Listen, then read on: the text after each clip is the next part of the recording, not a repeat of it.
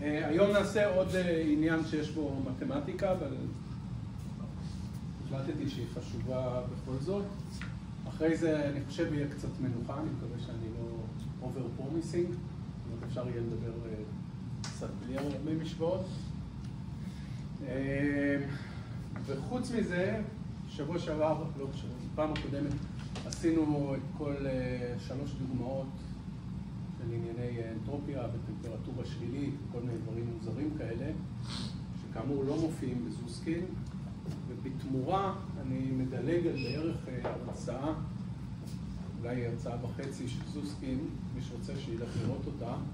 יש שם דברים שהוא עושה, אנחנו עשינו ונעשה עכשיו גז אידיאלי, עשינו את המשוואות ואת ההתפלגות בולצמן שלו, והוא עושה גם גז לא אידיאלי. אם אתם זוכרים עוד רגע, אני אזכיר את זה עוד פעם, אבל בגז האידיאלי אין אינטראקציות בין המולקולות, אז כל האנרגיה היא רק ה-MV בריבוע חלקי 2, אז שם הוא מוסיף עוד אינטראקציה ומראה איך זה לא הדברים ש... נראה לי שהם לא מעניינים, כאילו, גם לא אותי בהקשר של ידע ואי ידע ודברים כאלה, ומי שרוצה שילך לראות את זה שם, והוא עושה עוד טריק מתמטי שלא בא לי לעשות, סתם. שביע אותם. אז אני עושה את הדוגמה הזאת שנעשה עכשיו, ואחרי זה אפשר יהיה לדבר בצורה יותר אינטליגנטית על החוק השני של התרמודינמיקה, ואז הדבר האחרון שהוא כמה הרצאות, הוא משהו שקשור למודל שנקרא מודל אייזינג, והוא קשור למגנטיות, אבל זה יהיה הסוף. זהו. עד כאן. עכשיו, אבל זה היה מה שלא ישמעו טוב, עכשיו כבוד המנכ"ל יכבה את העניינים שלו.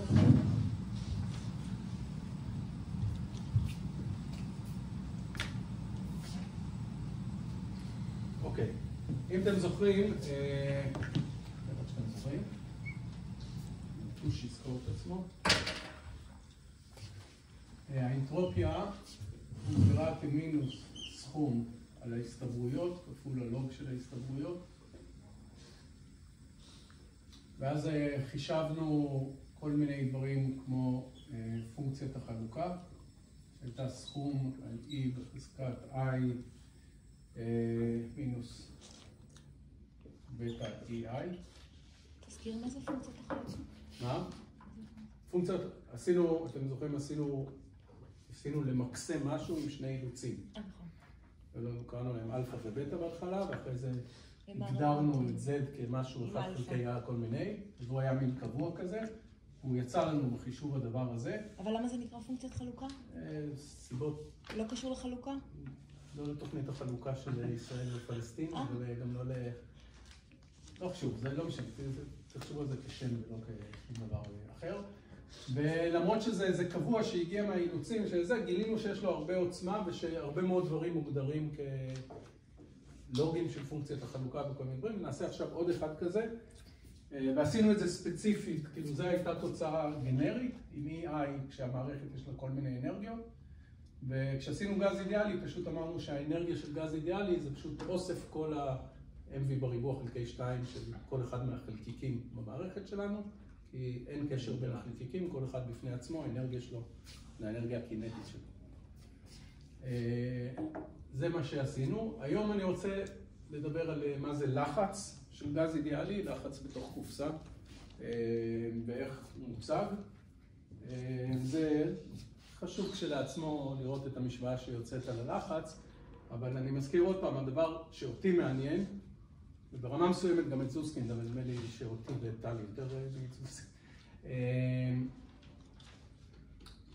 היא הקשר הזה בין האנרגיה, שהוא גודל מוזר כזה, הוא קשור למשהו שהטבע משמר כל הזמן, לבין האנטרופיה שקשורה לאי ידע, ולמשהו שהחוק השני של התרמודינמיקה אומר שהוא גדל כל הזמן. זאת אומרת שאם אנחנו מסתכלים על תהליך ומקליטים אותו בווידאו, צריכים לראות איכשהו את האנטרופיה גדלה. אנחנו נדבר על זה עוד, שזה אומר שאם נסריט את הסרט אחורה, ואיכשהו נראה בסרט שהאנטרופיה קטנה, אנחנו נדע שזה לא תהליך אמיתי.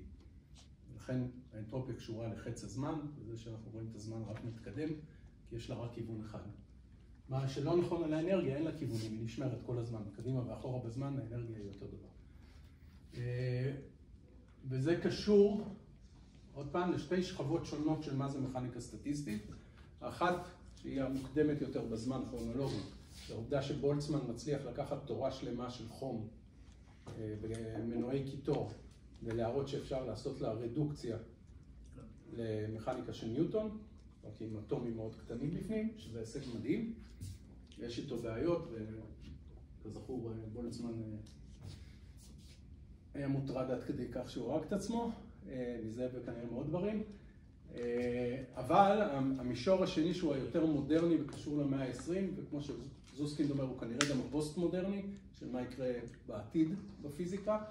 הוא מסתכל לא רק על העובדה שלקחנו משהו מקרוסקופי והפכנו אותו למיקרוסקופי, אלא הוא מסתכל על זה שהמקרוסקופי והמיקרוסקופי קשורים גם למה אנחנו יודעים ולמה אנחנו לא יודעים. במובן הפשוט שלפני בולצמן נניח, מה שאנשים מדדו במכונות קיטור זה את החום, את הטמפרטורה, את הדברים, את הלחץ של הבוכנה, כל הדברים שמודדים המהנדסי מכונות במקרוסקופי, המנועים של המכוניות, לעומת התיאור המיקרוסקופי, שהוא הרבה פעמים מתאר את מה שאנחנו לא יודעים, ולכן אנחנו משתמשים למשל בסטטיסטיקה, כי אנחנו לא יודעים, אז אנחנו אומרים, אוקיי, לא נעשה ממוצעים. לפעמים אנחנו לא יודעים, כי אנחנו לא יודעים למדוד אותו, כי הוא קטן מדי, או כי הוא אנטרופיה, איך מודדים בדיוק אנטרופיה, זה לא משהו מדיד, הרבה יותר קל למדוד לחץ של בוכנה, נכון? כמה עבודה היא עשתה, כמה היא עלתה, כמה המנוע התחמם. איך אני יודע אם מספר המצבים גדל או קטן, כאילו זה לא לגמרי ברור. לפעמים זה ברור, לפעמים זה פחות ברור. אז יש פה גם בין הנגלה לבין הנסתר, בין המקרוסקופי למיקרוסקופי, בין מה אנחנו יודעים לבין מה אנחנו לא יודעים. וכל זוג כזה הוא שכבה אחרת לגמרי, ואיך מסתכלים על זה. והשכבה הכי בסיסית זה בין מה אנחנו יודעים למה אנחנו לא יודעים. כי אז זה מסביר למה החוק השני של התרמודינמיקה הוא החוק הכי יסודי. הוא קשור למה אנחנו יודעים על העולם ולמה אנחנו לא יודעים על העולם. כל השאר, איך מכונת קיטור מתנהגת, או מנוע של האופנוע, או כזה, זה נחמד, אבל יש עוד מיליון תופעות טבע אחרות מעניינות. לא יודעים אצלך זה שווה פה, גם כי, כמו שאתה אומר, זה לא מדיד, אבל גם כי באמת אי אפשר לדעת. זה מיקרוסקופי, לפני שהם ידעו למדוד... אבל לא רק זה, כי אמרת בשבוע שעבר, בפעם הקודמת,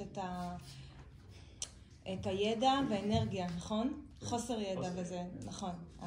אז גם זה נכנס לפה, לא? האנטרופיה מייצגת את הידע או את החוסר ידע, והאנרגיה מייצגת משהו שהוא יציב. כאילו, הטבע שומר אותו. רמזתי לזה שזה קשור לסימטריות בטבע, אבל זה קורס אחר. מי שרוצה שיראה את הקורס במכניקה אנליטית, ושם אפשר לראות את זה. כן. עוד? אוקיי. אולי אני מחבר משהו שהוא לא הגיוני כל כך, אבל גם פה יש את העיקרון של ככל שאני אנסה להגביר את הידע שלי, זה מספר המצבים, אני אאבד את היכולת לדעת משהו אחר, כמו שהיה לנו בקורס הקודם, כלומר, זה עובד, הלוגיקה פה נשמרת בצורה דומה. אם אני רוצה ממש לדעת את מספר, אני אאבד את היכולת שלי סתם להבין את האנרגיה. לא. יש איזשהו קשר לעיקרון אי הוודאות לצורך הזה? אנחנו נגיע לזה או היום בסוף השיעור או בפעם הבאה. יש פה הבדלים מהותיים בין מכניקה קלאסית ומכניקה קוונטית, אבל כרגע תתייחס לזה מה אנחנו יודעים, מה אנחנו לא יודעים ואיך אנחנו מטפלים בחלק שאנחנו לא יודעים. אוקיי. הפונקציית חלוקה הייתה קשורה גם בסוף לזה שמצאנו, זה היה תגלית שמצאנו, שההסתברות למצוא את המערכת באנרגיה מסוימת זה E בחזקת מינוס בטא EI.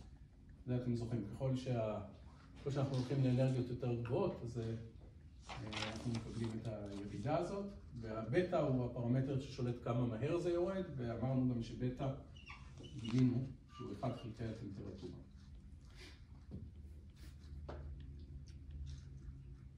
זה ברמת התזכורת. עוד דבר שעשינו, נעשה עוד פעם, נשתמש בו עכשיו, ולקחת את כל הדברים האלה שגילינו, ולדחוף אותם לתוך הנוסחה של S שמופיעה פה. אני פשוט מציב עכשיו, יש לי את ההסתברויות האלה, אז אני אציב אותם, סליחה, זה היה 1 חלקי Z. אז אני אציב אותם לפה. אז יהיה מינוס סכום על PI זה 1 חלקי Z E בחזקת מינוס בטא EI. אז סוכמים את כל האנרגיות של המערכת. עשינו בפעם הקודמת מערכת עם 2 רמות אנרגיה, עשינו בגז אידיאלי הרבה רמות אנרגיה. עושים את זה, ועכשיו יש לי לוג של PI, זאת אומרת לוג של 1 חלקי Z כפול E מינוס בטא EI. בסדר? לא עשיתי כלום, רק כתבתי PI, לקחתי את זה ושמתי אותו. עכשיו אפשר להתחיל לפרק את הדבר הזה. אתם זוכרים לוג של משהו חלקי משהו, זה לוג של זה, פלוס לוג של 1 חלקי Z, לוג של 1 חלקי Z זה מינוס לוג של Z. זה סתם מהחוקים של הלוגים, אין בו שום דבר חכם. אז זה מינוס I, 1 חלקי Z, E במינוס בטא EI, כפול, סוגריים, לוג של E במינוס בטא EI, זה פחות לוג של Z. עד כאן? מה זה לוג של E בחזקת משהו? את זה אפשר לקחת לפה, נכון? ולכן הדבר הזה, נמחוק אותו. זה מינוס בטא EI. עד כאן שאלות? אוקיי, יש פה יותר מדי מינוסים. נכניס את המינוס הזה פנימה, ואלה יהפכו להיות פלוס.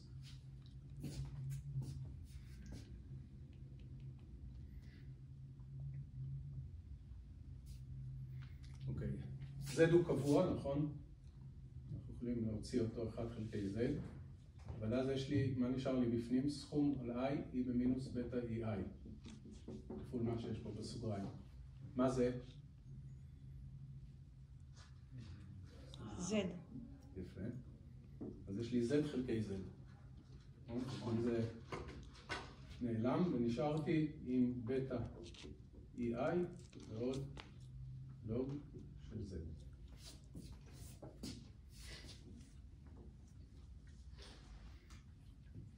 אז קיבלנו את זה, S שווה לדבר הזה. מה זה בטא? זה 1 חלקי T, נכון? אז אני רוצה להעיף את ה-1 חלקי T, להכפיל את שני הצדדים ב-T. לכן אני אקבל T של S, אם הוא שיסכים להיות.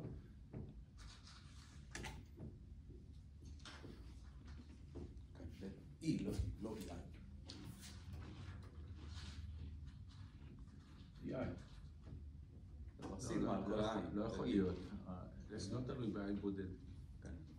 יש פה איזה... היא קו למעלה.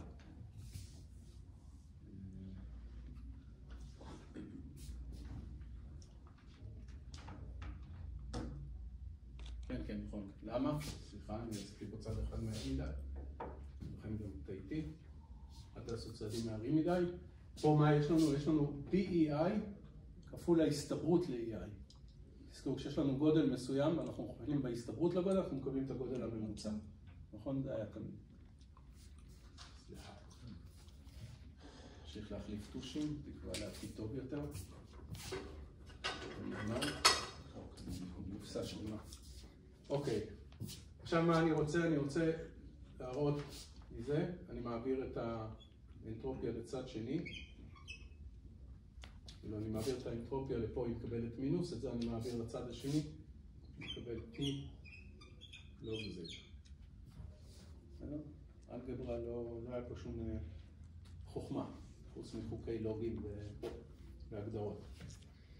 אבל זאת נוסחה חשובה. מה היא אומרת? היא אומרת שהאנרגיה פחות הטמפרטורה כפול האנטרופיה שווה למשהו. בואו נזכר איך האנטרופיה התחילה בשיעור הראשון אצל קרנו עם המנועי קיטור. האנטרופיה הייתה האנרגיה שהולכת לאיבוד. זאת שאני לא אצליח לנצל אותה במנוע, ולכן אני אף פעם לא מגיע לפרפטום מוביל, מנוע שעובד כל הזמן, כי יש חיכוך ויש כל מיני דברים שאני יוצא חום מהמנוע, חלק מהאנרגיה שקיבלתי מהמנוע הולכת לאיבוד ואני לא יכול להשתמש בה כדי להזיז את הגלגלים של האוטו. לכן אם אני לוקח את האנרגיה ומוריד ממנה את הדבר שהוא לא בשימוש, אני מקבל את האנרגיה שהיא כן בשימוש, נכון? האנרגיה שאני יכול לנצל בשביל המנוע, ולכן הדבר הזה, שוב, לוג Z, הוא משהו ממכניקה סטטיסטית. אבל ה-E פחות TS זה משהו שהיה אפשר לדבר עליו עוד לפני בולצמן. ולכן לדבר הזה, או לדבר הזה, איך שאתם רוצים, הם קראו בזמנו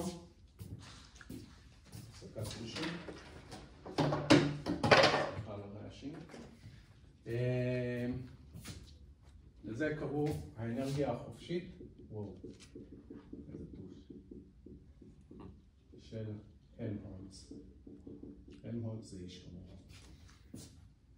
וסימנו אותה בדרך כלל ב-A. לא יודע, הלמהולץ ב-H. אז מה יש להם? בטרמודינמיקה, לפני שנהייתה מכניקה סטטיסטית, היה להם את האנרגיה של המערכת, פחות האנרגיה שהתבזבזה, מקבל את האנרגיה שאתה יכול להשתמש בה. ועכשיו במכניקה סטטיסטית אנחנו יודעים להגיד שהאנרגיה שאתה יכול להשתמש בה קשורה גם לפונקציית חלוקה הזאת, ממינוס T לוג Z. זאת אומרת, כמעט כל הגדלים עברו להיות משהו שקשור בלוג של Z או בנגזרת של לוג של Z או בכל מיני דברים כאלה, ש-Z הוא קשור להסתברויות. הוא אוסף כל ההסתברויות, ולכן זה מכניקה סטטיסטית, כי בסוף הכל יושב על איך ההסתברויות לקבל את המערכת בכל מיני אפשרויות. בטא זה אילוץ משתנה? בטא זה היה האלפא והבטא היו באמת שני הקונסטריינס. האילוצים המשתנים, נכון. אבל בהידרדרות כל העניין זה היה חלק מההפתעה. אז מה זה בטא? בטא זה 1 חלקי הקונסטריינס. אז כאילו כבר... לכן כשהיה פה בטא, הוא גודל. אז קיבלתי את זה.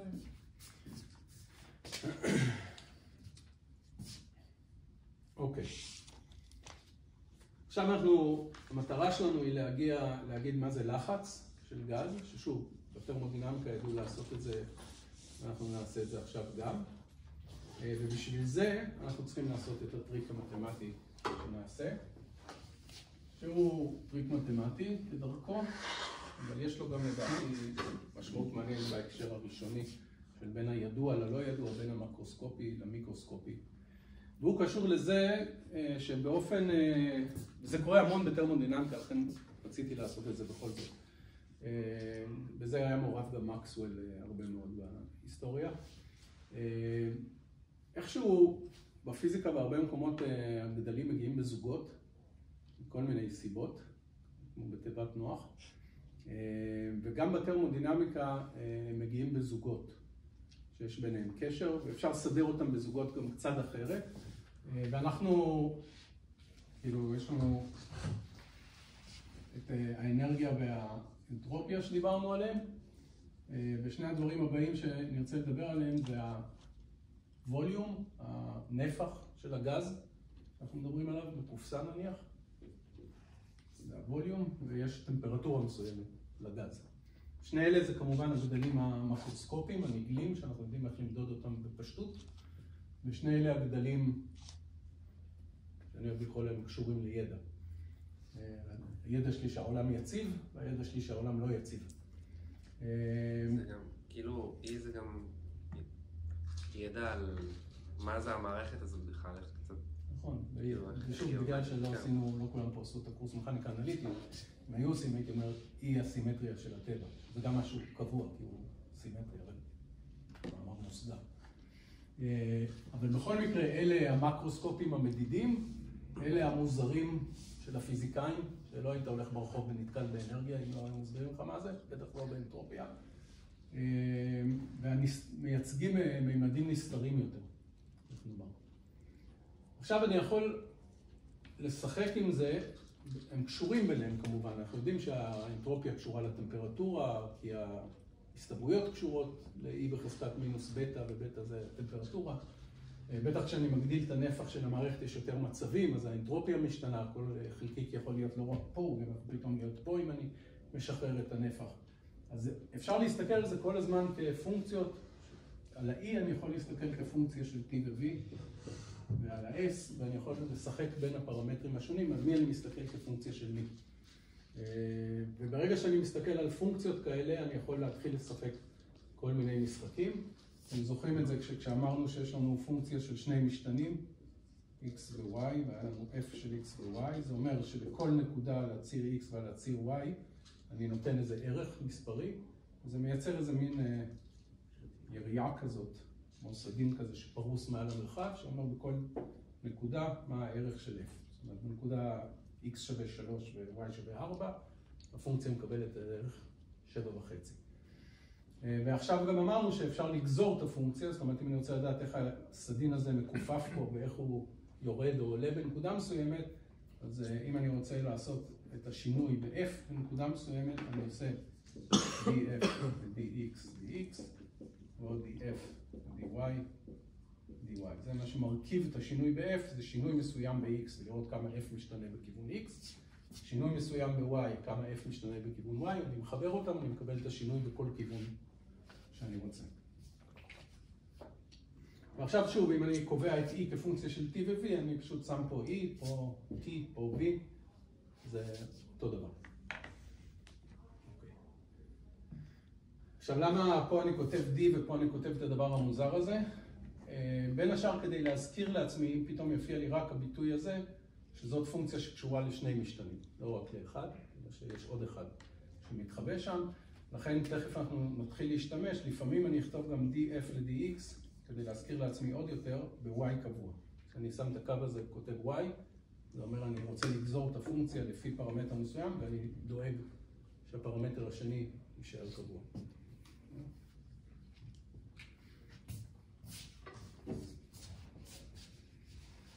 ובאמת, המון מהטרמודינמיקה, המכניקה סטטיסטית, הם משחק כזה, ששוב, הוא מצד אחד, כמו שהיה פה, מה שמחקתי, הוא מאוד מתמטי, כאילו, אין מה לשאול עליו הרבה שאלות, אבל אחרי שמפעילים את המשינרי, פתאום יוצאים דברים מעניינים. אז מה קדם למה? האינטואיציה או המתמטיקה? כל אחד מה שנוח לו. בהיסטוריה. יצאו... תמיד היו, גם הם באו בזוגות הפיזיקאים, זאת אומרת, נניח באלקטרומגנטיות, פאראדיי עשה ניסויים במעבדה והיה איש מאוד אינטואיטיבי ולא למד כלום, הוא היה כורך ספרים, ואחרי שהוא עשה את הניסויים במקסוול והיה מתמטיקאי מאוד דגול. האם יש דוגמה הפוכה? כנראה שניוטון הוא דוגמה הפוכה שמתחיל מהתיאוריה. קודם הוא כתב משהו על הראש, זה מאוד אלגנטי. זה התפתחות דיאלקטית. כן. אז עכשיו, בהקשרים האלה, אני רוצה להראות לכם משפט מתמטי.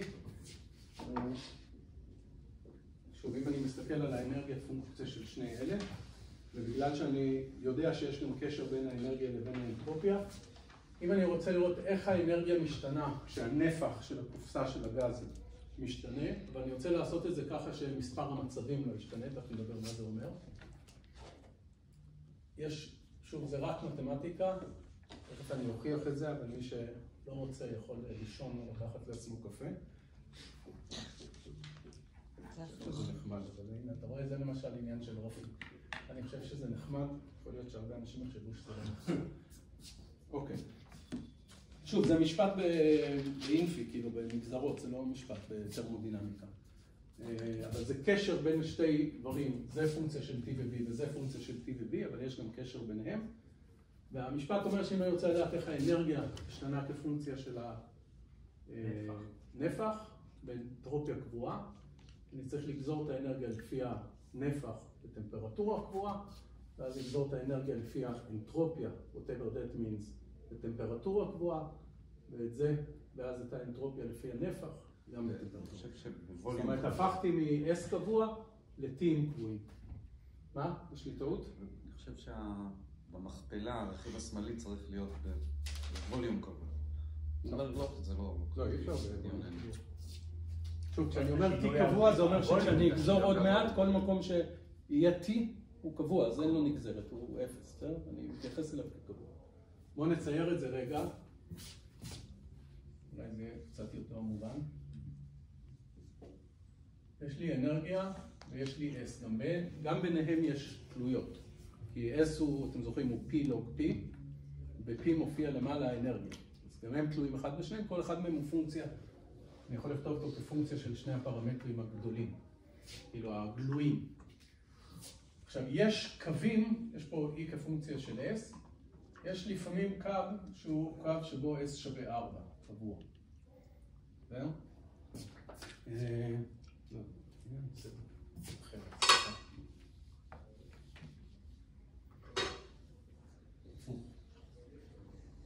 בואו ניקח את T ואת V, את הנפח ואת הטמפרטורה, ונסתכל עוד פעם על קו שבו S שווה קבוע, נכון? S שווה 4. עוד פעם, למה? שכחו מהגרף שציירתי קודם, S הוא פונקציה של T ו-V, נכון? זאת אומרת, בכל T ו-V 2 ו-6 יש ל-S איזה ערך, ואני אומר בואו נצייר מתי ה-S נשאר קבוע בגרפים האלה. זאת אומרת, פה S שווה 4, פה יכול להיות שיש קו ש-S שווה בו 2, יכול להיות שפה יש קו אחר ש-S שווה 3, אבל יש קווים כאלה. נשאיר את הקו שבו S קבוע. שבתלת מימד זה מייצר לך את היריעה. רגע, אני מנסה לעשות פה אילוסטרציה למשהו, אולי לא בהצלחה, אבל... למה יש קו כזה? כמו קווי גובה. כן, זה כמו קווי גובה במפה. יש איזה קו שבו את נשארת באותו גובה, נכון? הפונקציה היא פונקציה של הרים ובקעות ומישורים ושבילים, אבל יש קו שבו, אם את הולכת מסביב להר, את נשארת על גובה קבוע. כן, אבל למה יש... קווי גובה זה ברור, אבל למה באנטרופיה? בפונקציות שמתנהגות מספיק יפה, והאנטרופיה היא ירדה טובה, אז... DE ל-DS זה טמפרטורה, זה לא יכול להיות בטמפרטורה קבועה, צריך להיות בווליום. לא, זה טעות במשחק דתי, אבל תכף נראה. יש לך אמונה קטנה, אתה צודק, עשיתי שתי טעויות, כבר אמונה יש שלישית. אוקיי, מה זה אומר DE ל-DV ב-S קבוע?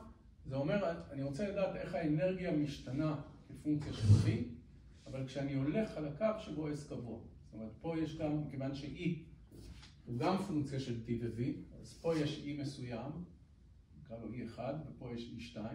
אני רוצה לדעת איך E משתנה כפונקציה של V, אבל כשאני הולך על הקו הספציפי שבו S קבוע. יש פה כמה פרמטרים ולכן זה עושה את זה קצת מוזר. מה זה אומר שאני הולך על הקו הקבוע? זה אומר שהשינוי בזמן שאני בודק איך E משתנה כפונקציה של V, אני רוצה שהשינוי ב-S יהיה 0. מבחינה מתמטית.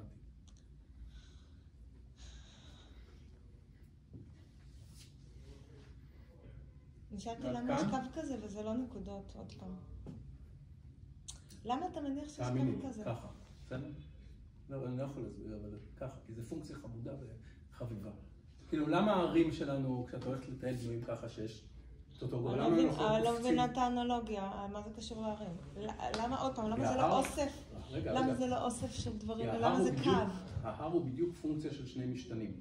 את הולכת על המישור, רגע, יש מקום שבו את עולה ויש מקום שבו את יורדת.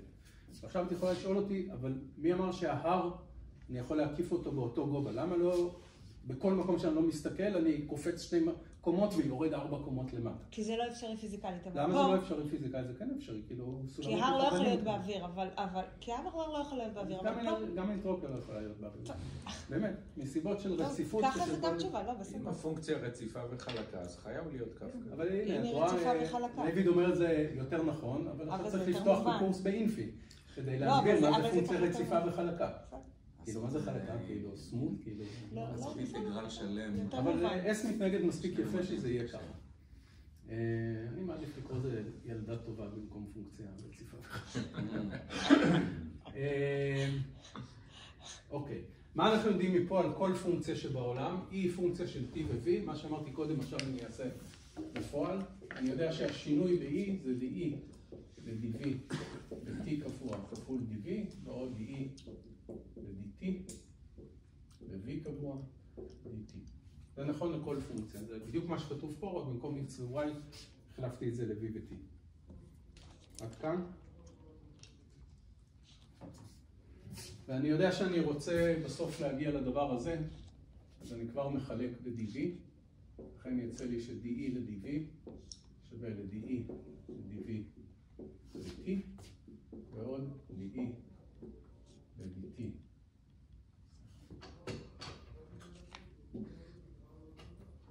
אחד לחלק ל-dv, dE ל-dt, ו-v dt. עוד פעם, לא עשיתי שום דבר חוץ מלקחת את ה-dv הזה, להעביר אותו למכנה פה ופה, ולהעיף אותו מפה.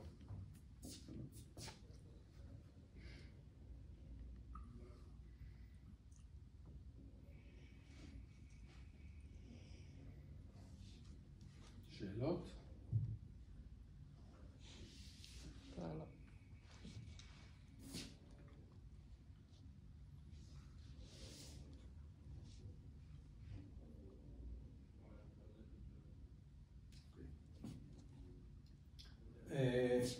מכיוון שאני מסתכל ב-V קבוע, כאן, אני רוצה שתטפל בבחור הזה.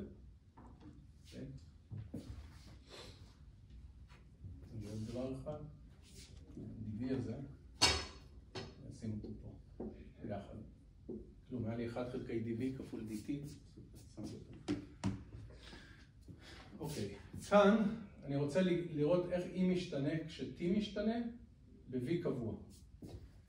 ועכשיו שוב זה חוק בדיפרנציאלים, אני יכול לעשות את הדבר הזה, dE ל-dt ב-V קבוע, כיוון ש-V לא משתנה וכיוון ש-S הוא גם פונקציה של V ו-T, מותר לי לעשות את הדבר הזה.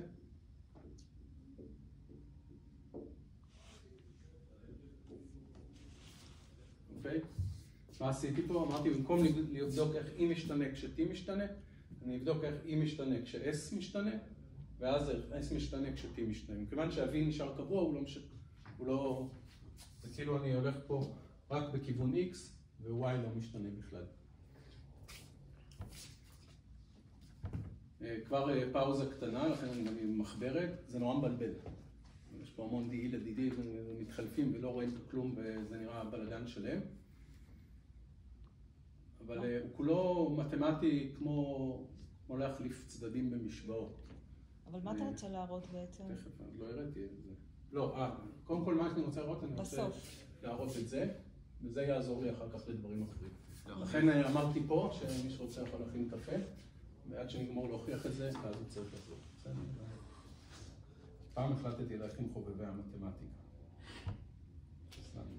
לא, באמת עושים את זה הרבה מאוד בתרמודינמיקה. אוקיי. פעם אחת לראות את זה, ומי שזה מפריע לו, אז שיזכור שגם אמרתי שחסכתי לכם את הפעם השנייה.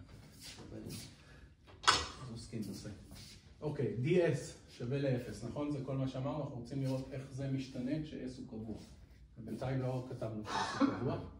אז עכשיו נזכור ש-ds, וזה שוב באופן כללי, כמו שכתבתי פה, ds הוא ds ל-dv, ל-t קבוע, dv, ועוד ds ל-dt, ל-v קבוע, dt. שניהם פונקציות של v ו-t, ולכן זה נכון לשניהם.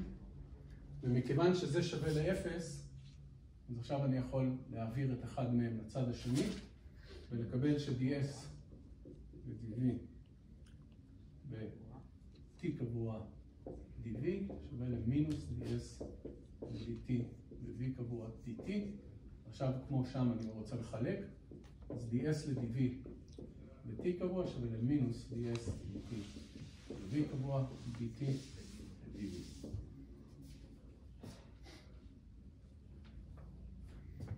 ולכן dt ל-dv זה שווה, זה היה הכי מסובך, אבל תכף זה ייפטר. זה ds ו-dv ו-t קבוע, מחלק, מינוס ל-ds ל-dt ו-v קבוע. זה הכל.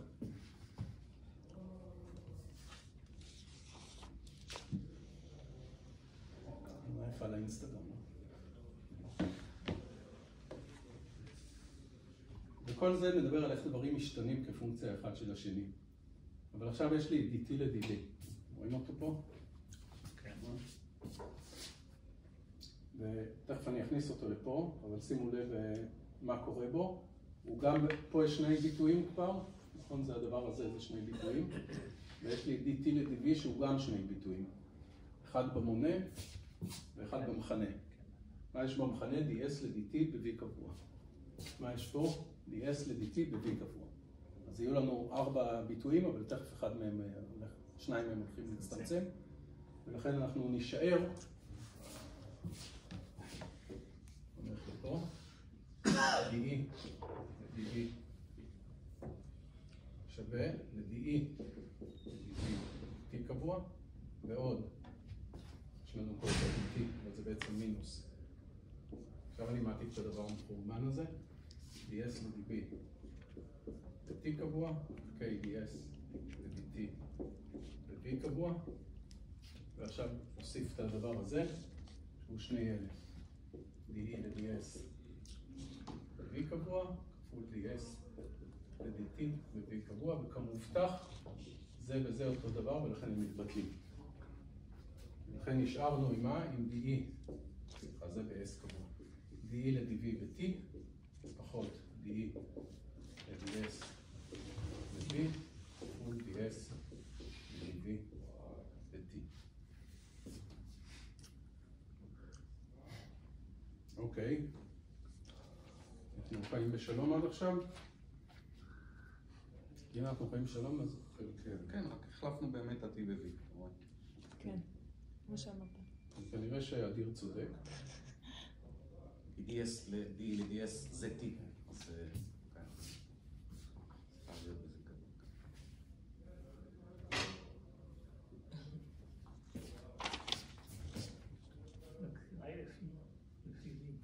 תקנתי את מה שאני רוצה להוכיח באמצעות מה שהוכחתי. כן.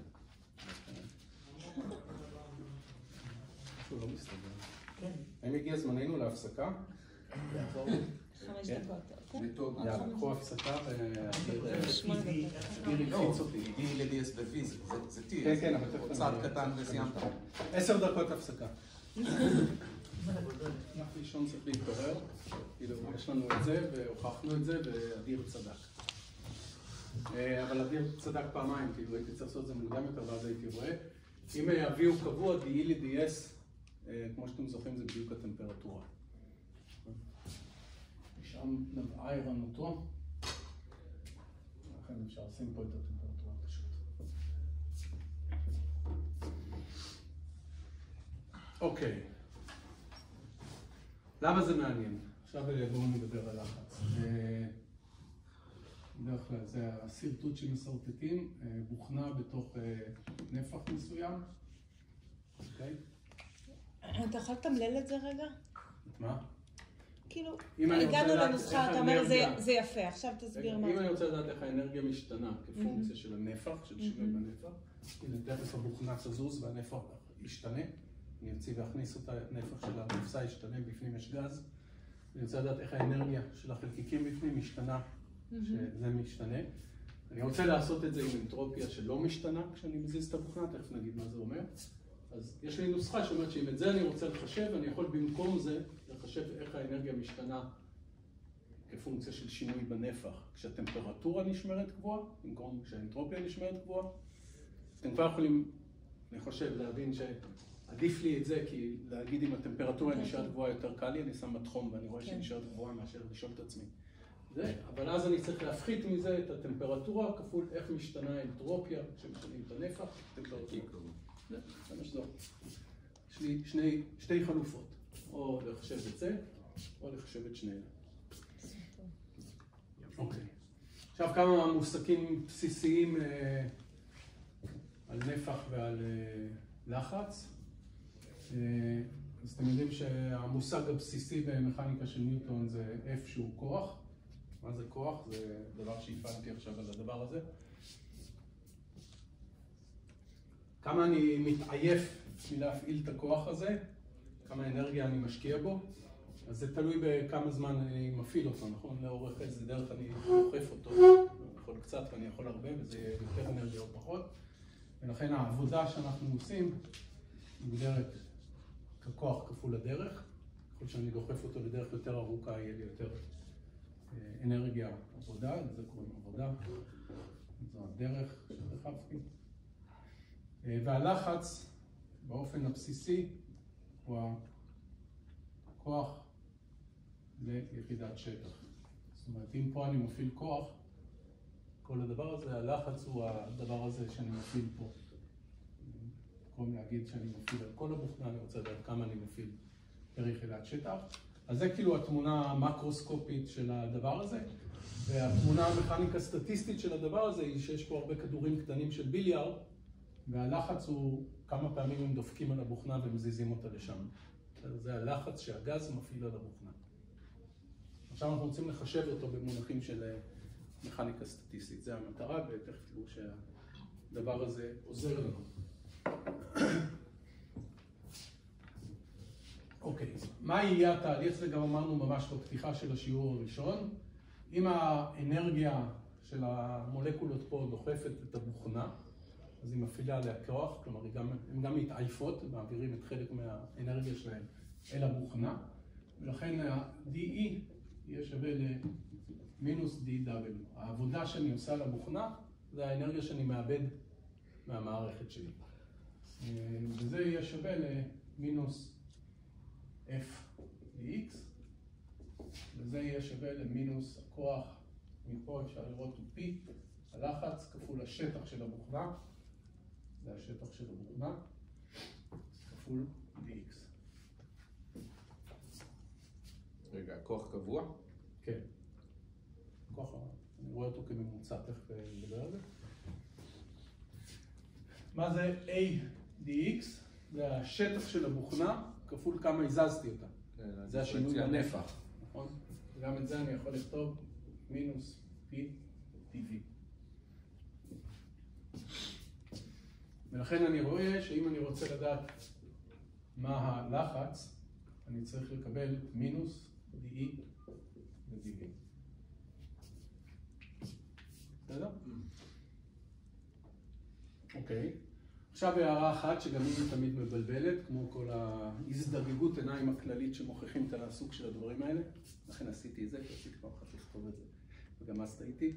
אבל אוקיי, עכשיו יש משהו שלומדים אותו תמיד, ואת כולם זה מאוד מבלבל, שהוא איזו אמירה לגבי איך מזיזים את הבוכנה הזאת.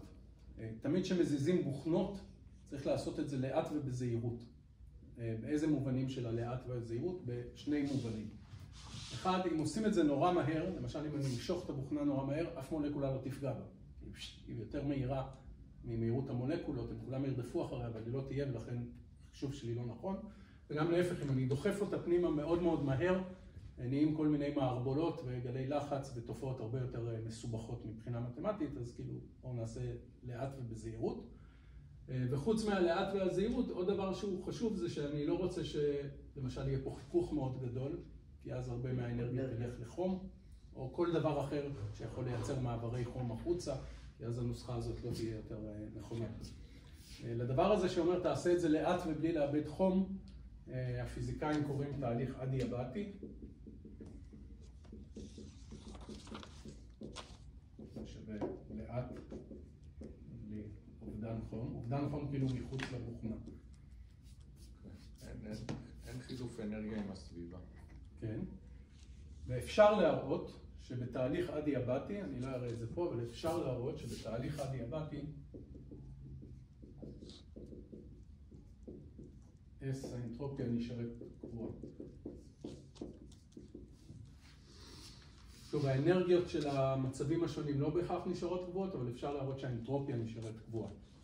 ולכן בעצם, כפי שהסברתי יותר מדי, אם אני רוצה את זה, אני צריך DE ו-DV ו-S קבוע. זה המשמעות של זה אדיאבטי. זה נגיד שנייה סותר את האינטואיציה, כי עובר זמן, כי זה תהליך. כן. שהאנטרופיה נשארת קבועה. זה סותר קצת האינטואיציה. כן, פעם שנייה שואל היום על החוק השני של התרמודינמיקה, שנדבר עליו כאמור עוד מעט או בפעם הבאה. אתה צודק, אבל חלק מהאמירה הזאת של תהליך מאוד איטי, חלק ממנה הוא מאפשר לנו לשמור את מספר המצבים קבוע. סיבות שאני אראה אחר כך ברמה אינטואיטיבית. כאילו נוצרים עוד מצבי אנרגיה, אבל דוסקין מראה את זה, אני לא כל כך אוהב את זה. אבל היו לנו הרבה מצבי אנרגיה שקראנו להם EI, אבל שהמערכת יכולה להיות בהם. אפשר להראות, אגב מראים את זה גם במכניקה אנליטית בעיקר, שאם עכשיו אתה פותח את הנפח של הבוכנה, המצבי אנרגיה, הרמה שלהם, אם זה 6 ג'אול וזה 4 ג'אול, הם יכולים לקבל שינוי מסוים, אבל הם יישארו מופרדים, אוקיי? הם לא יתאחדו לאחד, ולכן מספר המצבים, גם אם האנרגיות משתנות, מספר המצבים יישאר אותו דבר, ולכן האנטרופיה שהיא לוג של מספר המצבים תישאר גם ככה. ולכן בעצם אם רוצים לחשב את הלחץ, ששוב הוא מושג מקרוסקופי, אנחנו צריכים לראות איך האנרגיה משתנה כשמשנים את הנפח באנטרופיה קבועה. ששוב יש פה איזה רמז כזה, למי שרואה, למי שלא לא חשוב, שיש לנו פה זוגות של פרמטרים, האנרגיה וה-S, והפעם זה לא טמפרטורה, אלא זה הלחץ וה-B. לא חשוב, לזה קוראים conjugate parameters P ו-V, בגלל שמשנים את הנפח, ורואים איך האנרגיה משתנה, מקבלים את הלחץ. סליחה, זה שהאנטרופיה נשארת קבועה זה הנתון או התוצאה? זה בתנאי שאני עושה תהליך אדיאבטי. אז זה כאילו, זה הנתון ואז התוצאה, אתה מבין מה אני שואלת? אם אני רוצה באמת לחשב את הלחץ פה ולא להבריח את הבוכנה בצורה שהיא לא רלוונטית ללחץ של המולקולות, צריך לעשות את זה לאט ולוודא שלא נאבדת אנרגיה בדרך. אז אני לא יכול לעשות את הדבר הזה. ולזה קוראים תהליך אדיאבטי. כן, את זה אני הבנתי. ולכן אני הוספתי פה, הדבר היחיד שהוספתי זה את הקו הזה ב-S קבוע. את זה הבנתי, אבל זה הסבר למה ה-S נשאר קבוע. כן, זה עוד לא אמרתי, אבל כן. עכשיו צריך להסתכל מפה לפה ולהגיד, יש לי מספר. כן. אולי עוד שאלה על כשאתה מודד עם מכשירים לחץ, אז המדידה היא לא מדידה אנרגטית בהכרח, נכון? כלומר, אם אני מחר שם מכשיר שמודד לחץ אוויר, מדי לחץ הם דיאפרגמות כאלה שאתה מסתכל כמה הן מתקפלות בלחץ יותר גבוה, הן יתקפלו יותר. אתה מודד ממש את התוצאה של הלחץ. אתה מודד לחץ, לכאורה בחיים האמיתיים, אתה מודד את האפקט של הלחץ, לא את הלחץ. איך הוא משפיע על משהו אחר. כמה אטמוספירות יש פה לחץ של האטמוספירה, אז אתה שם איזה מרקורי כזה ובודק בכמה הוא איך הוא משפיע על משהו אחר. אוקיי. אז עכשיו יש לנו נוסחה לעשות את זה. גם לחץ סוג של משהו כמו שאני...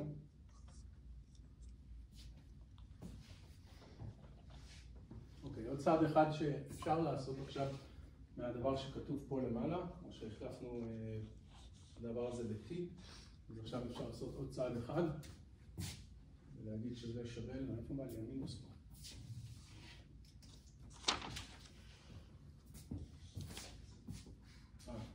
אוקיי. מינוס, מה שאלת?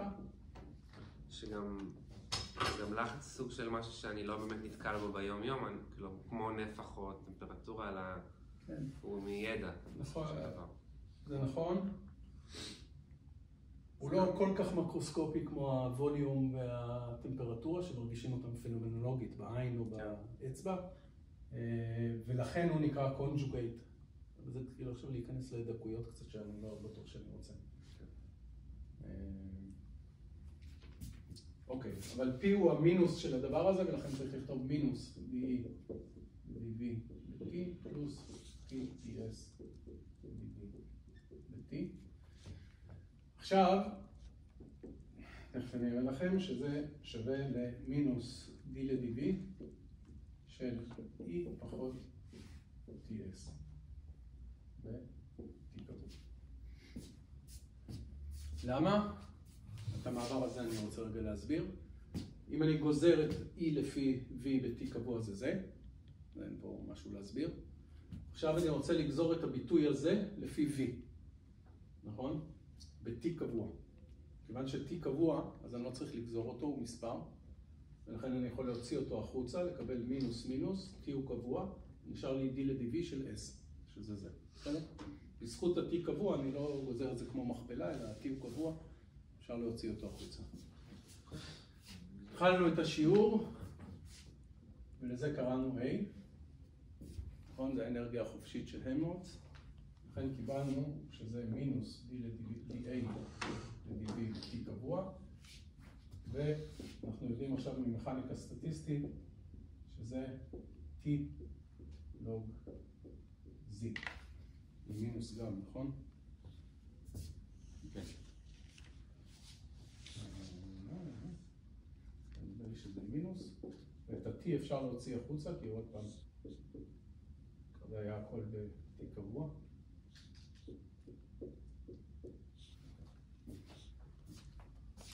וכדרכנו בקודש, עוד פעם קיבלנו שעוד פרמטר של תרמודינמיקה, כמו האנרגיה החופשית, כמו האנטרופיה, גם אותו אפשר לבטא עם הפונקציית חלוקה המוזרה הזאת, שקוראים לזה.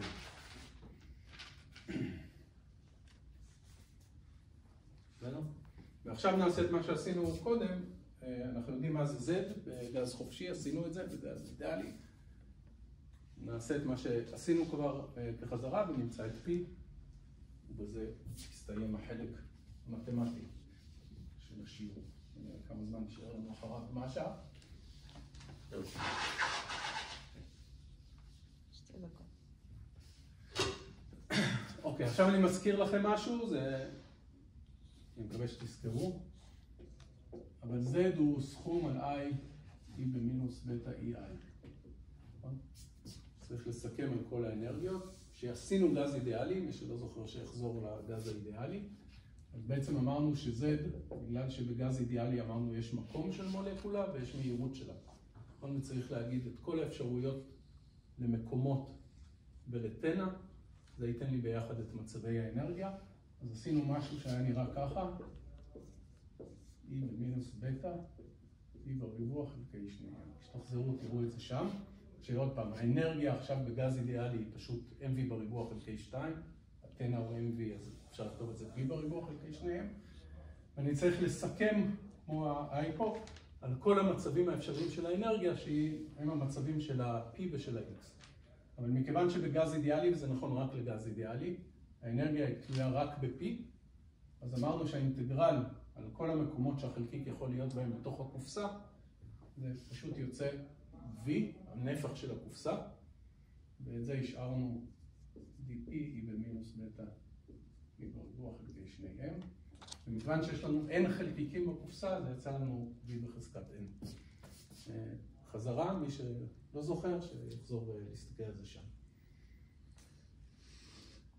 למה לוגזי? למה אנחנו אוהבים לוגזי? כי הוא מפרק לנו את הדברים האלה, נכון? אז מפרק לנו מוקשים. לוגזי במקרה הזה יהיה לוג של V בחזקת N ועוד לוג של האינטגרל הזה.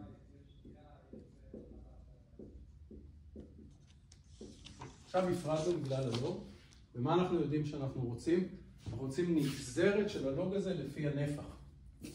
כיוון שפה הנפח לא מופיע בכלל, אז נגזרת של זה לפי הנפח תהיה 0.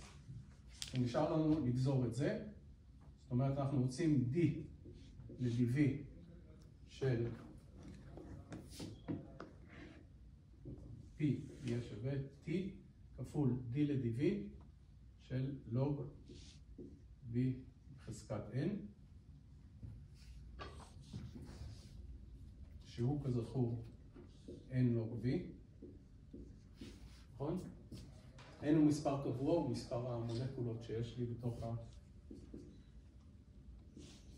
כן, אני אקבל T, N, 1 לחלק ל-V, שזה הנגזרת של לוג V לפי N.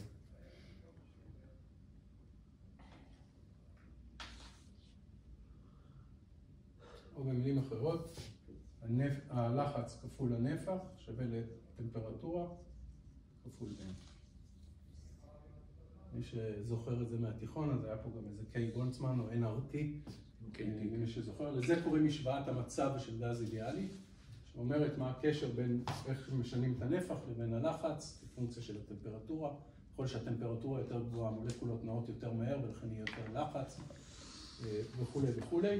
זה דבר ששוב, היה אפשר לראות אותו במעבדה, כשהם מגדילים בוכנות אצל קרנור במאה ה-19, הרבה לפני שבולצמן נולד, ברמה מסוימת.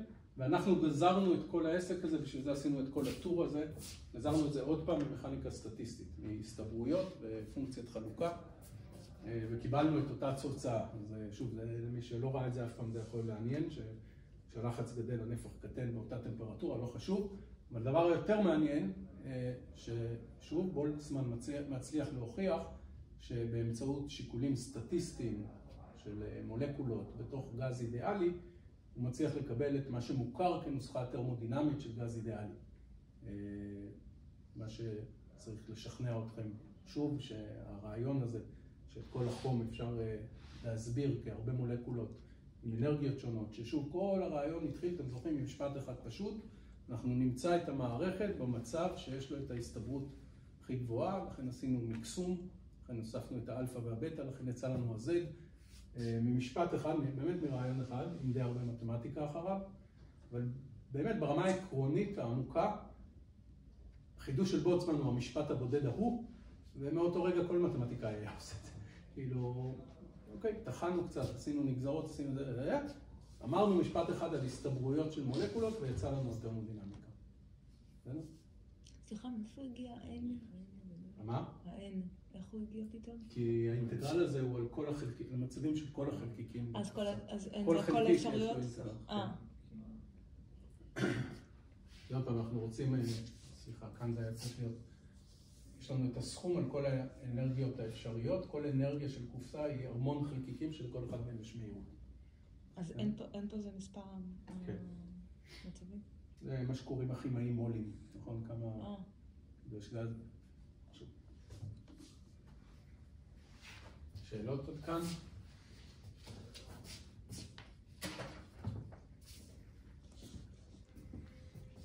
זהו, אז עד היום עשינו אנטרופיה, הסתברויות, אנרגיה ועוד משהו, שכולם היו פונקציות של פונקציית החלוקה, לא גזי, די לדי בטא, די לדי וי, די לכל מיני דברים. והיום הוספנו לזה את הלחץ, ובזכות הלחץ קיבלנו את משוואת המצב המוכרת של גז אידיאלי, ואם זה נורא מעניין אתכם, אז תלכו לזוסקין, ובערך הרצאה שלמה הוא עושה את אותו דבר עם גז לא אידיאלי. זה פשוט אומר להוסיף פה גם איזושהי אינטראקציה בין חלקיקים, כפונקציה של המרחק ביניהם. כן. אני רוצה להגיד ממש באינטואיציה, אמרת מקודם, אתה יכול לחשוב על לחץ כנקרא למספר הפעמים שהחלקיקים, נכון? נקרא לזה פוגעים בביטוי. אבל אני מבין, אם אני יחסית מבין מפה, אז לחץ זה משהו רגעי שהוא חד, כלומר אין לו זמן, אין לפעמים של זמן, אז הוא לא, כאילו כשאתה אומר מספר חלקיקים שפוגעים, לא, אז שוב נשמע שיש תהליך, יש זמן, הם פוגעים, אתה יודע, אני יכול להסתכל על השעון ולראות מלא פגיעות. אני לא רואה פה זמן, זאת אומרת שזה נקודה בזמן, שמשהו, כאילו, ויכול להיות שבנקודה הזאת יהיה לחץ A, ובנקודה הבאה יהיה לחץ B, ובנקודה לחץ C, שזה, אין פה איזושהי פונקציה, אין פה איזושהי פונקציה רציפה שמשתנה לו בזמן, יש פה איזו נקודה בזמן, שבה הווליום מסוים, הטמפרטורה מסוימת, ה-N מסוים, ואז יוצא לחץ מסוים. זה נקודה בזמן. אז אני לא יודע איך, כאילו, שאתה אומר, אלה שפוגעים, כאילו חסר לי הזמן, אותי. כמה הערות על המצב. קודם כל, לא אמרתי את זה, מכיוון שכבר הוכחנו שכל מולקולה מקבלת 3 חצאים T של אנרגיה, נכון?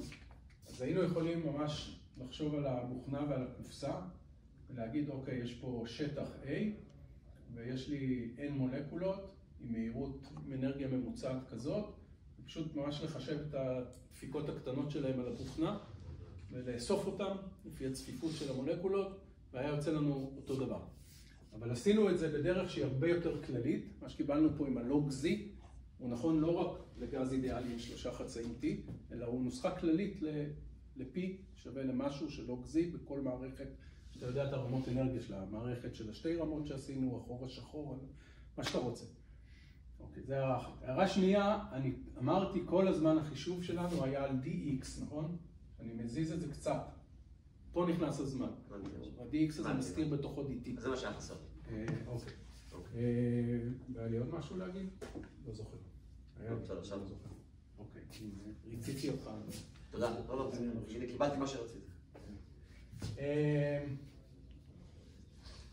זהו, כאן אנחנו למעשה מסכמים את הפרק הארוך מאוד, שהוא רוב הקורס, שאומר בואו תראו איך הורגים תורה שלמה בפיזיקה והופכים אותה לתורה אחרת. לא הרבה פעמים עשו את זה בפיזיקה, למשל חשמל ומגנטיות עשו את זה, שתי תופעות שהקדמונים התייחסו אליהן כתופעות שונות והוכיחו שזו אותה תופעה. כאילו ביג ווינס שזה קורה, אבל זה לא קורה כל יום. עכשיו השאלה אם כל כך טוב, אז מה כל כך רע? זאת אומרת, למה להתאבד? ועכשיו, על זה אפשר לדבר עכשיו בצורה יותר פחות פורמלית. עדיין קצת פורמלית, אבל פחות פורמלית. וזה קשור קצת, עוד פעם, לקורס במכניקה אנליטית שרוב האנשים פה לא לקחו, אז אני אגיד דברים, statements, או שתראו אותו ביוטיוב, או שתראו בפעם הבאה שנחליט לעשות אותו. במשוואות ניוטון, כדי לדעת מה קורה עם חלקיק, אני צריך לדעת את המקום שלו, אני צריך לדעת את המהירות שלו, את תנועתנו. זה אותו דבר תנועתנו. ולכן, חלקיק כדי לקבוע איפה הוא, אני צריך לשים נקודה במרחב הזה. זה לא המרחב שאנחנו חיים בו, כי אנחנו לא חיים במרחב עם V. אנחנו חיים בגובה, במרחב תלת-ממדי פיזי, של X, Y, Z. אבל יש גם תנע. וכדי לדעת את כל מה שאני צריך לדעת, אפרופו ידיעה, אני צריך לדעת עבור חלקיק גם את ה-X שלו וגם את ה-P שלו. אז זה מרחב מופשט, זה לא מתאר מרחב פיזי, זה מתאר מרחב מופשט, שקוראים לו מרחב הפאזות. למה פאזות? זה לא נורא חשוב. במרחב הפאזות, שאומר איפה החלקיק יכול להיות, באיזה מצב הוא יכול להיות, לא איפה במובן המרחבי, אלא איפה במובן הידע שלי עליו.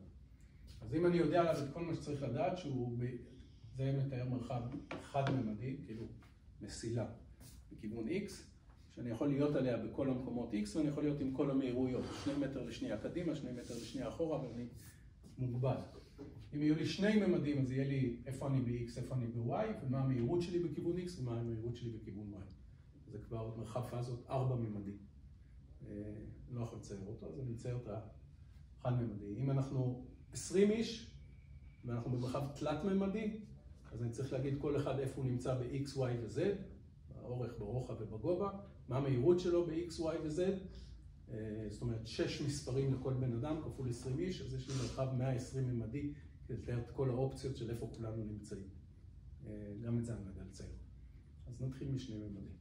אז זה אומר חלקיק אחד שיכול להיות איפשהו על ציר X, למשל 2 מטר מההתחלה, ובמהירות של 3 מטר לשנייה, אז הוא נמצא פה. זה מתאר את המצב שלו, זה מתאר את הידע שלי למצב שלו.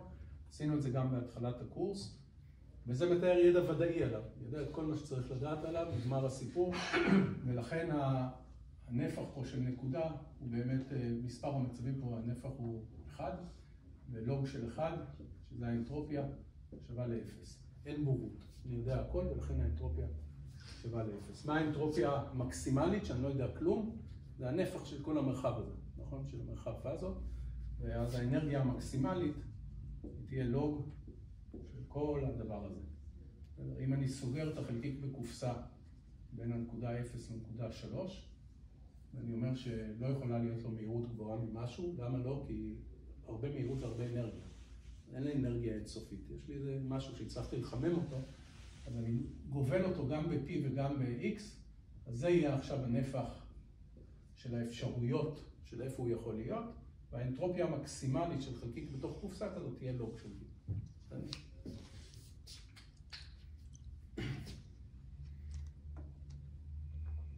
אוקיי.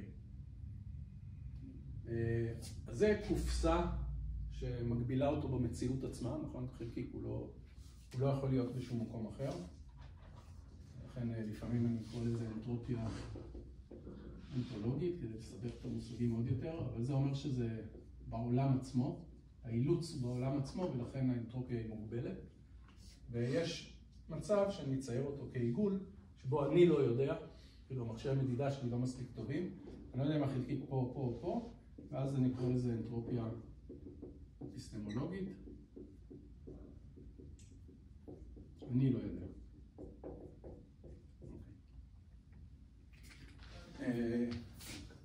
כאילו אתה יודע את התחום, אבל אתה לא יודע בדיוק איפה? נכון. בין אם כי מכשיר המדידה שלי לא טוב, בין אם כי הזווית שלי לא מספיק טובה כדי לראות אותו במדויק, שזה אותו דבר. אבל זה קשור אליי, יכול להיות שאת מסתכלת ואת כן רואה אותו. אני רואה. אוקיי, עכשיו מגיע משפט, אבל הוא ממש משפט, אפשר להוכיח אותו תחת חוקי ניוטון, וקוראים לו משפט ליוביל. ליוביל, אני חושב. שאפשר לשמות צרפתיים. משפט ליוביל אומר שאוקיי, נניח שאני יודע שהחלקיק נמצא פה, אז עכשיו יש לי את המקום ואת המהירות שלו, ניוטון יודע להגיד לי איך הוא יתפתח בזמן, זה המשוואות של ניוטון. הוא אומר לי, מהירות גבוהה, הוא ימשיך לשם. מהירות זה, אז אני יודע להגיד איך כל נקודה פה מתפתחת בזמן, לאן היא הולכת אחרי שעוברות T שניות. זה מה שניוטון נותן לי. הוא אומר לי, הוא היה במקום X שווה 2 מהירות כזאת, הוא יהיה אחר כך במקום כזה עם מהירות כזאת. ולכל נקודה יש התפתחות אחרת, לפי משוואות ניוטון. מה שאומר משפט ליוביל זה הווליום נפח במרחב הפאזות נשמר. זאת אומרת, יכול להיות שכל נקודה פה, זה מה שידעתי עליו בהתחלה, עכשיו עבר זמן, אני חוזר למעבדה, יכול להיות שהנקודה הזאת הלכה למעלה, הנקודה הזאת הלכה למטה, אבל מרחב האפשרויות של איפה כל החלקיקים האלה היו, יכול להיות שהוא עכשיו נראה כמו נקניקייה ארוכה, אבל הנפח שהיה פה של העיגול של אי הידיעה שלי נשאר אותו דבר כמו הנפח שהיה פה. וזה ממש הוכחה, זה לא הצהרה.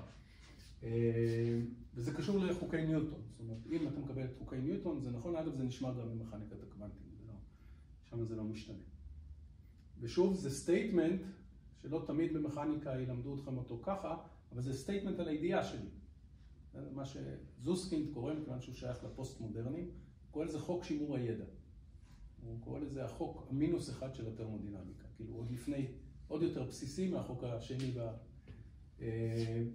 קוראים לזה משפט ליוביל, אפשר להוכיח אותו, והוא אומר שהנפח של הדבר הזה לא משתנה, גם יודעים לחשב איך הוא לא משתנה, באיזה מהירויות הוא נמתח או מתכווץ לאיזה כיוון.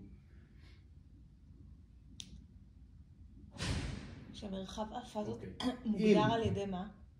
רגע, אם הנפח הזה נשמר, נכון? בוא נקרא לזה V1 בזמן ההתחלה, וזה יהיה V2, נכון?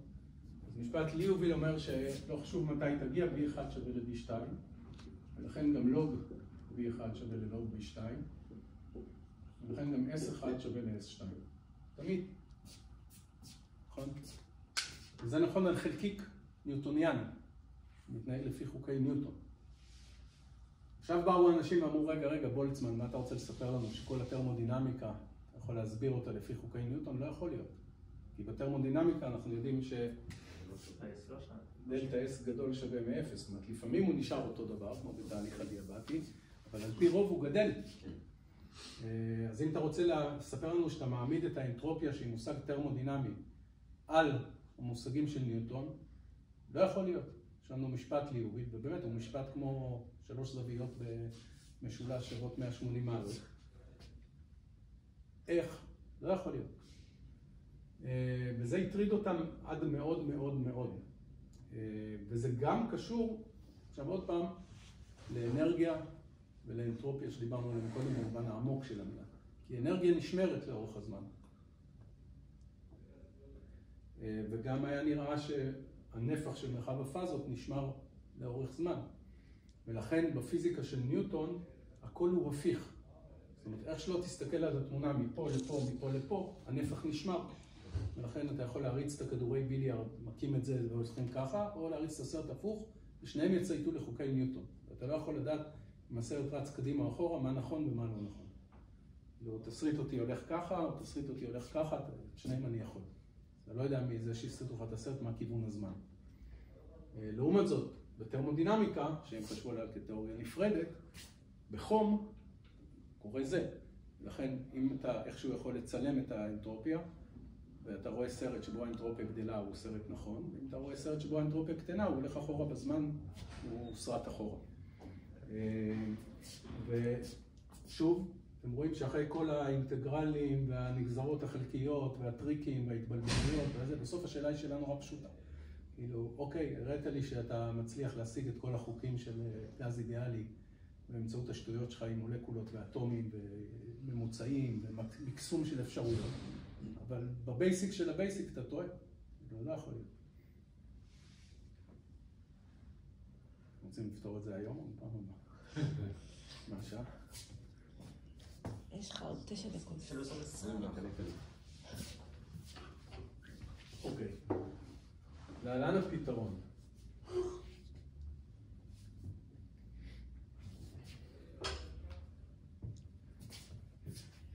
והוא קשור מאוד להבחנה הזאת בעיניי.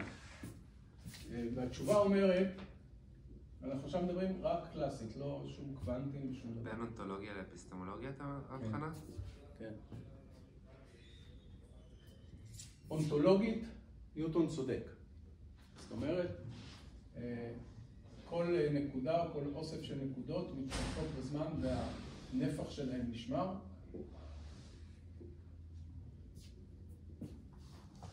ולכן ליוביל צודק ולכן ניוטון צודק, וזה נכון לגמרי. רק מה קורה, ויש תיאוריה מתמטית מאוד מאוד מורכבת של איך דברים מתפתחים במרחב הפאזות, קוראים לזה תיאוריה דינמית או תיאוריה ארגודית, כאילו מתמטיקה סופר דופר מורכבת.